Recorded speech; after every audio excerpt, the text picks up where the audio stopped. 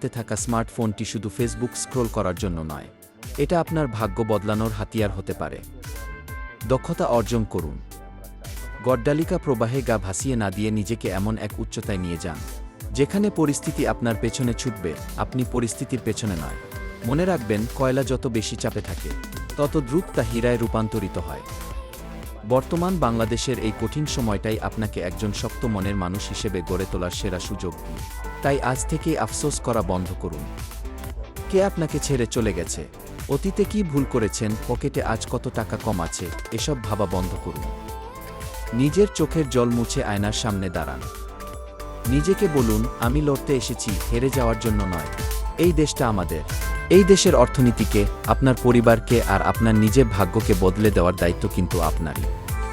ঘুম থেকে উঠুন, একটা নতুন পরিকল্পনা করুন এবং আজ থেকেই কাজে লেগে পড়ুন। মনে রাখবেন, বাস্তবতার কঠিন গল্প আর ঘুরে দাঁড়ানোর অনুপ্রেরণা নিয়ে আমরা সব সময় আছি আপনার পাশে।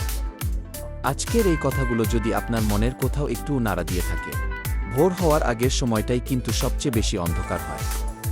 আপনার জীবনের সুবর্ণ সময়টা ঠিক এর পরেই অপেক্ষা করছে কি। তবে ভিডিওটি শেয়ার করুন আপনার সেই বন্ধুর সাথে, যে এই মুহূর্তে চরম হতাশায় ভুগছে। কমেন্টে আমাদের জানান, আজ থেকে আপনি আপনার জীবনের কোনো বদলটি আনতে যাচ্ছেন। দেখা হবে বিজয়ের মঞ্চে। আমি বিদায় নিচ্ছি রিয়ালিটি ভয়েস বিট থেকে। আল্লাহ হাফেজ।